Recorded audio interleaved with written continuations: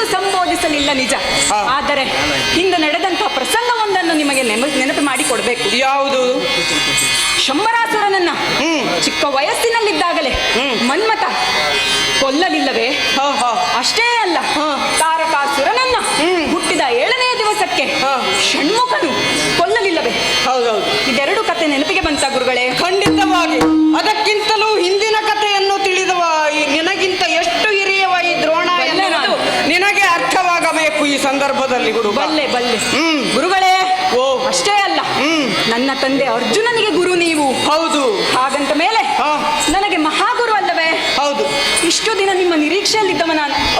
ಪ್ರಸಂಗ ಒದಗಿ ಬರಲಿಲ್ಲ, ಆದ್ರೆ ಇವತ್ತು ಪ್ರಸಂಗ ಬಂದಿದೆ. ನಿಮಗೋಸ್ಕರ ಏನಾದ್ರೂ ಗುರುದಕ್ಷಿಣೆಯನ್ನ ಕೊಡಬೇಕು ಅಂತ ಬಂದಿದ್ದೇನೆ. ಗುರುದಕ್ಷಿಣೆಯ? ಹೌದು ಗುರುಗಳೇ. ನಾನು ಬೇಡದೆಯೂ ನೀನು ಕೊಡುತ್ತೀ ಅಂತಾದಾಗ ಅತ್ಯಂತ ಸಂತೋಷದ ಸಂಗತಿ. ಯಾಕೆ ವಲ್ಲಯ್ಯ? ಹೇಳಿ. ನನ್ನ ಶಿಷ್ಯನಾದಂತಹ ಅರ್ಜುನನ ಬಳಿಯಲ್ಲಿ ನಾನು ಕೇಳಿ ಪಡೆದವ ದೃಪದನನ್ನ ಸೋಲಿಸಬೇಕು ಎನ್ನುವ ಆ ಒಂದು ಗುರುದಕ್ಷಿಣೆ ನಿನ್ನ ಮೂಲಕವಾಗಿ ಬರಬೇಕು. ಹೌದು. ಅಂತಹ ಶಿಷ್ಯನ ಮಗ ನೀನೂ ಸಹ ಶಿಷ್ಯನೇ ಹೌದು. ಮಗನ ಸಾಲಿನಲ್ಲಿಯೂ ನಿಲ್ಲುತ್ತಿ ಎನ್ನುವ ಕಾರಣಕ್ಕಾಗಿ ಬುದ್ಧಿ ಹೇಳುತ್ತಿದ್ದೇನೆ. ಶಂಬರಾಸುರನನ್ನು ಕೊಂದಂತಹ ಮನ್ಮಥನು ಅಥವಾ ತಾರಕಾಸುರನನ್ನು ವಧಿಸಿದಂತಹ ಷಣ್ಮುಖನು, ಅವರಿಬ್ಬರು ಆ ವಧೆಗಾಗಿಯೇ ಜನಿಸಿದವರು, ದೈವೀ ಶಕ್ತಿಯನ್ನು ಒಳಗೊಂಡು ಬಂದವರು ಎನ್ನುವುದನ್ನು ಸಹ ಕಥೆಯನ್ನು ತಿಳಿದಂತಹ ನೀನು ನೆನಪು ಮಾಡಿಕೊಳ್ಳಬೇಕು ಈ ಸಂದರ್ಭದಲ್ಲಿ. ಏನು ಅದಕ್ಕಾಗಿ ನನಗೆ ನೆನಪಿದೆ, ಮರ್ತ್ರ ಅಂತ ಒಂದ್ಸಲ ತಿಳಿಸಿದೆ. ನಾನು ಮರೆತದ್ದಲ್ಲ. ಆದರೆ ಮಾನವನಾಗಿ ಇಲ್ಲಿ ಹುಟ್ಟಿದಂತಹ ನೀನು ಆ ದೈವೀ ಶಕ್ತಿಯನ್ನು ಪಡೆದು ಅವರು ಶಿಶುವಾಗಿದ್ದಾಗಲೇ ಕೊಂದದ್ದು ಹೌದು. ಆದರೆ ಈಗ ನೀನು ಶಿಶುವಲ್ಲ. ಉತ್ತರೆಯ ಗರ್ಭದಲ್ಲಿ ನಿನ್ನ ಶಿಶು ಬೆಳೆಯುತ್ತಿದೆ. ಯಾವುದೇ ಒಂದು ಸಂದರ್ಭದಲ್ಲಿ ನನ್ನ ಶರಕ್ಕೆ ನೀನು ಬಲಿಯಾದೆ ಅಂತಾದರೆ ಉತ್ತರೆಯ ಗರ್ಭದಲ್ಲಿರುವ ಶಿಶು ನಾಶವಾಗಬಾರದು ಎನ್ನುವ ಕಾರಣಕ್ಕಾಗಿ ನಿನಗೆ ಈ ಬುದ್ಧಿ ಮಾತನ್ನ ಹೇಳುತ್ತಿದ್ದೇನೆ. ಅಷ್ಟೇ ಅಲ್ಲ, ಯಾವುದೇ ಸಂದರ್ಭ ಎದುರಾದರೂ ನೀನು ನನ್ನನ್ನು ಕೊಲ್ಲುವುದಕ್ಕೆ ಸಾಧ್ಯವಿಲ್ಲ. ನನ್ನನ್ನು ಕೊಲ್ಲುವುದಕ್ಕೆ ಒಬ್ಬ ಹುಟ್ಟಿಕೊಂಡಿದ್ದಾನೆ ಎನ್ನುವುದು ನಿನಗೆ ಗೊತ್ತಾ? ಕತೆ ನಿಮಗೆ ಚೆನ್ನಾಗಿಯೇ ತಿಳಿದಿದೆ ಗುರುಗಳೇ. ನೀವೀಗಾಗಲೇ ಹೇಳಿದ್ರಿ ಉತ್ತರೆಯ ಗರ್ಭದಲ್ಲಿ ನನ್ನ ಮಗನಿದ್ದಾನೆ ಎನ್ನುವುದು. ಹೌದೌದು. ಹೇಗೆ ನನ್ನ ತಂದೆಯ ಪರಾಕ್ರಮವನ್ನು ನಾನು ಮುಂದುವರಿಸಬೇಕು, ಹಾಗೆ ನನ್ನ ಮಗನು ಕೂಡ ನನ್ನ ಪರಾಕ್ರಮವನ್ನ ಮುಂದುವರಿಸಿಕೊಂಡು ಹೋಗ್ಬೇಕಲ್ವೇ? ಅಂತಾದ್ಮೇಲೆ ಅಪ್ಪ ಇಂಥ ಸಂದಿಗ್ಧ ಪರಿಸ್ಥಿತಿಯಲ್ಲಿಯೂ ಕೈಕಟ್ಟಿ ಅರಮನೆಯಲ್ಲಿ ಕೂತರೆ ಸಾಧ್ಯವೇ?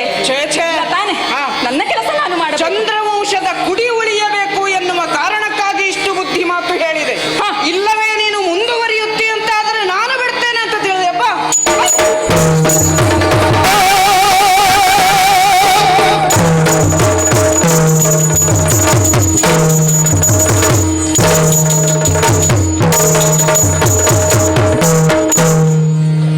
ಶಿಶುಧನದಲ್ಲಿ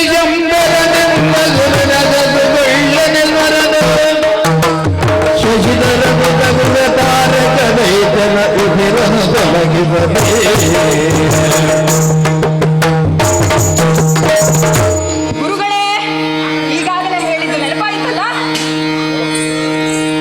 ಸಾಕಾಗದೆ ಅನಿಸ್ತಾ ಇದೆ, ಸುಧಾರಿಸಿಕೊಳ್ಳಿ. ಮತ್ತೆ ಯೋಗ ಇದ್ರೆ ಸಿಗೋಣ.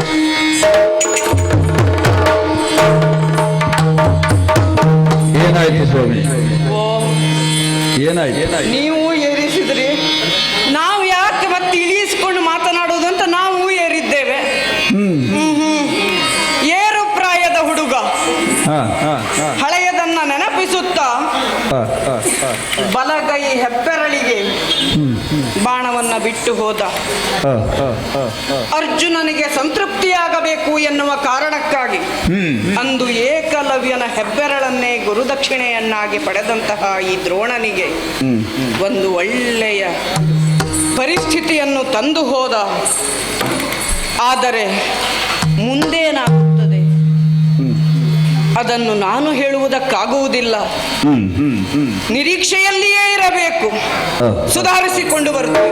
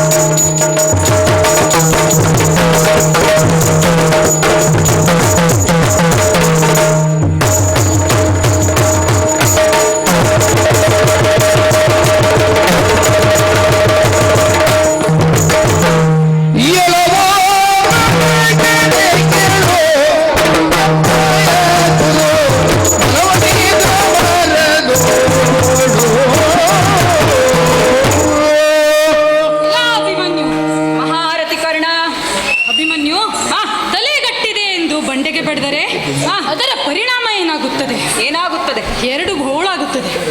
ಹಾಗಾಗಿ ಕುರುಸೇನೆಯನ್ನ ಗೆದ್ದಿದ್ದೆ ಅಂತಾದಿ ಹಿಕ್ಕಿನಿಂದ ಮುಂದಕ್ಕೆ ಬಂದರೆ ಪಾರ್ಥನಿಗೆ ಪುತ್ರ ಶೋಕ ತಪ್ಪಿದ್ದಲ್ಲ.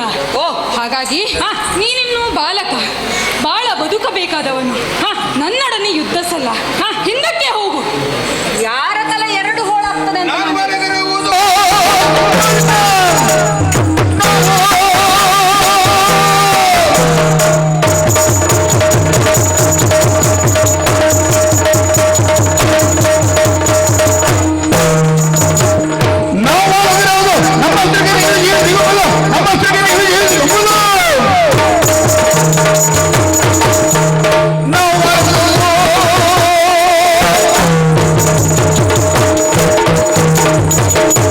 ಕರ್ಣ, ಈಗಾಗಲೇ ನೋಡಿದ್ದೀಯಲ್ಲ ನನ್ನ ಜೊತೆ ಯುದ್ಧ ಮಾಡಿ ನಿನ್ನ ಸೈನ್ಯ ಯಾವ ಸ್ಥಿತಿ ತಲುಪಿದೆ ಅಂತ. ಅಂತಹ ದ್ರೋಣಾಚಾರ್ಯರೇ ಕೈಸೋತು ಹೋಗಿದ್ದಾರಂತ.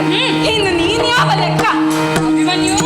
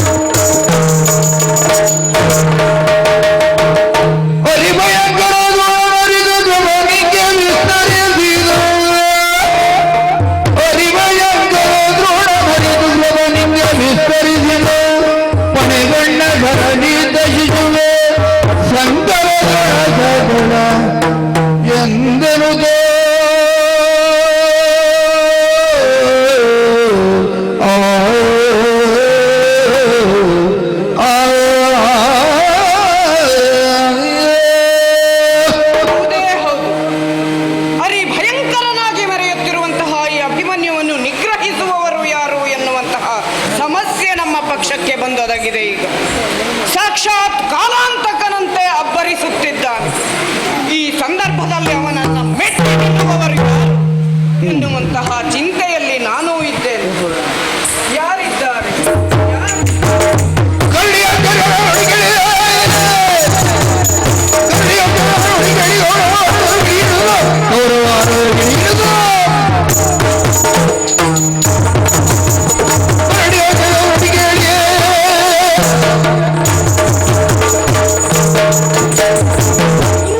ಏನಿದು ಏನಿದು?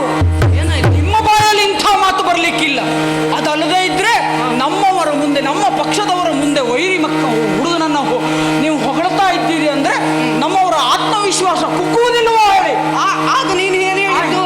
ನಾನು ನಿಮ್ಮಂಥವರನ್ನೆಲ್ಲ, ನಾನು ನಿಮ್ಮಂಥವರನ್ನೆಲ್ಲ ನಂಬಿ ಕೆಟ್ಟೆ. ಕೆಟ್ಟ ಈ ಸುಯೋಧನ ಕೆಟ್ಟ.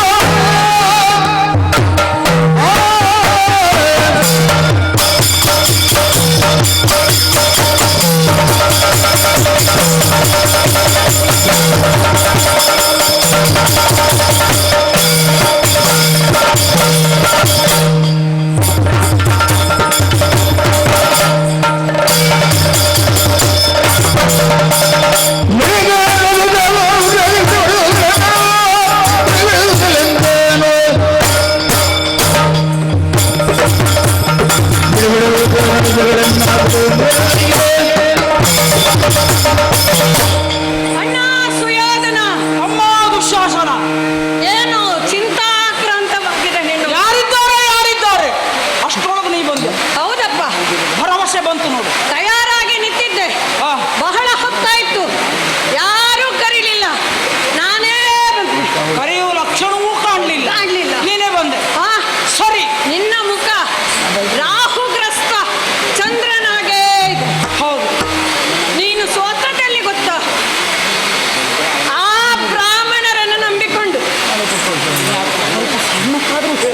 ಕೇಳಿ ಮಾರ, ದೊಡ್ಡ ಮಾಡಬೇಡ. ಕೇಳಬೇಕು ಅವರಿಗೆ. ಎಲ್ಲಾ ಬ್ರಾಹ್ಮಣರಲ್ಲ, ನಮ್ಮಲ್ಲಿ ಕೆಲವರು ಬ್ರಾಹ್ಮಣರಿದ್ದಾರೆ.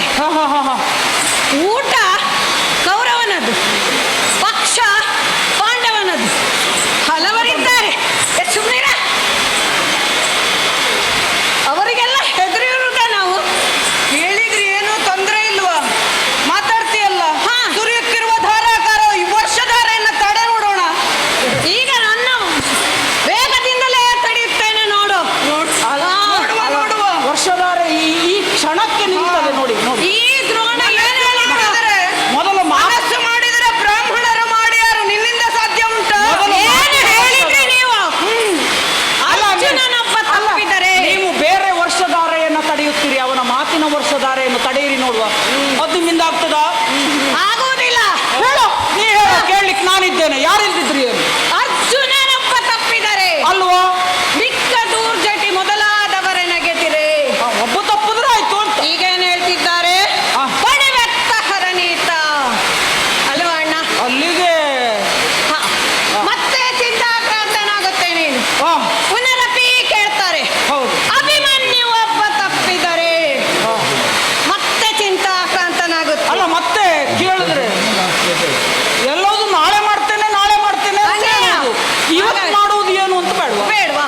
ಎಲ್ಲವೂ ತಪ್ಪಿದರೆ ಇವರೆಂತ ಕರ್ಮ ಮಾಡುವುದು? ಅವರು ತಪ್ತಾರೆ. ಈ ಬ್ರಾಹ್ಮಣರು ಯುದ್ಧಕ್ಕೆ ಅರ್ಹರಲ್ಲ. ಹಾ. ರಕ್ತ ಬಿಡು, ಕೆಂಪು ಚಟ್ನಿ ಕಂಡ್ರು ಆಗುದಿಲ್ಲ ಇವರಿಗೆ, ಅಲ್ವಾ? ಬೆಲ್ಲ ಹಾಕಿ ತಿನ್ನುವವರು ಇವರು. ಯುದ್ಧಕ್ಕ ಇವರಲ್ಲ ಅಣ್ಣ. ನಾನು ಏನು ಮಾಡುತ್ತೇನೆ ಗೊತ್ತಾ ನಿಂಗೆ? ಅಲ್ಲ, ನಿನಗೆ ರಣವೀಳ್ಯ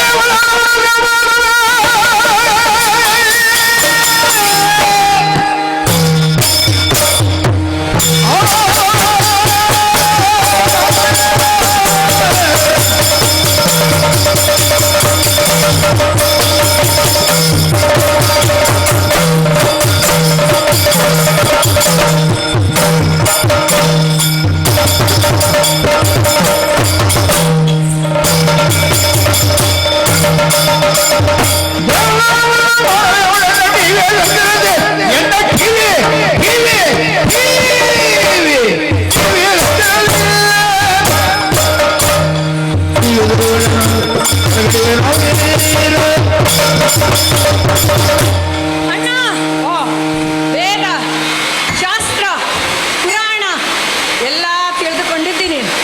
ಪ್ರತ್ಯೇಕವಾಗಿ ಹೇಳ್ಬೇಕಂತಿಲ್ಲ ನೀವು. ಬೇಕಾದಾಗ ನೆನಪಾಗುವುದಿಲ್ಲ ಅಷ್ಟೇ, ಬಿಟ್ರಿ ಎಲ್ಲ ಸ್ವಲ್ಪ ಹಿಂದಕ್ಕೆ ಹೋಗು, ಸ್ವಲ್ಪ ಹಿಂದಕ್ಕೆ ಹೋಗು. ನಾನಾ? ಹ, ಹಾಗಲ್ವೋ? ನಿನ್ನ ಯೋಚನಾ ಲಹರಿಯಲ್ಲಿ ಹಿಂದಕ್ಕೆ ಹೋಗು.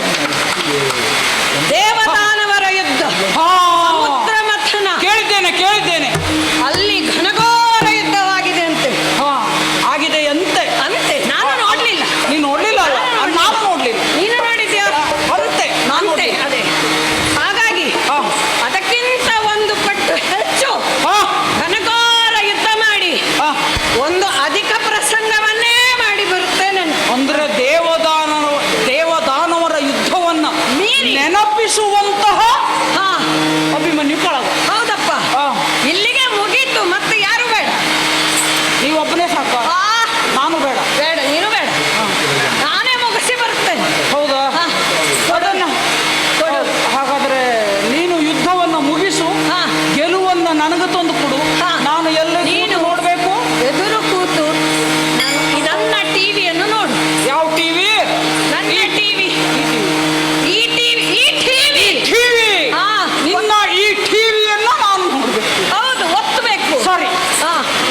ಒಳ್ಳೇದಾಗ್ಲಿ, ಹೋಗುವ ತಮ್ಮ. ಅಪ್ಪಣೆ. ಆಶೀರ್ವಾದ ಉಂಟು. ಆಗಲಿ. ಗೆಲುವನ್ನ ಹಾ. ತಂದು ಕೊಡಬೇಕು. ಆಗಲಿ. ಜಯಸಿಂಹರಾಗಿರ್ಬೇಕು, ಆಯ್ತಾ? ನೀವಿಬ್ಬರು ಅಲ್ಲಿ ಕೂತು ನೋಡ್ತಾ ಇರಿ. ಗೆಲುವನ್ನು ಕೈಯಲ್ಲಿ ಹಿಡ್ಕೊಂಡು ಬರ್ತಾನ ಕೇಳು. ಅವು ಎಲ್ಲಿ ಹಿಡ್ಕೊ ಬಂದ್ರೆ ನಿಮಗೇನು?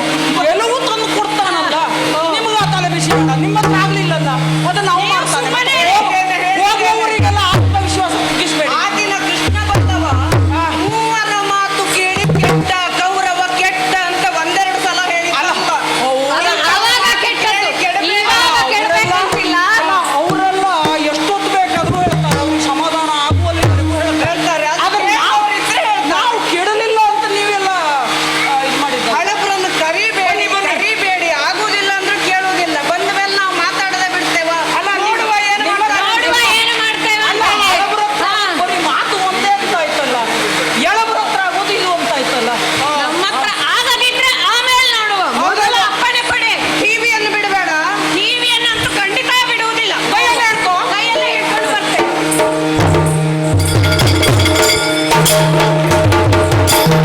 ಬೇರೆ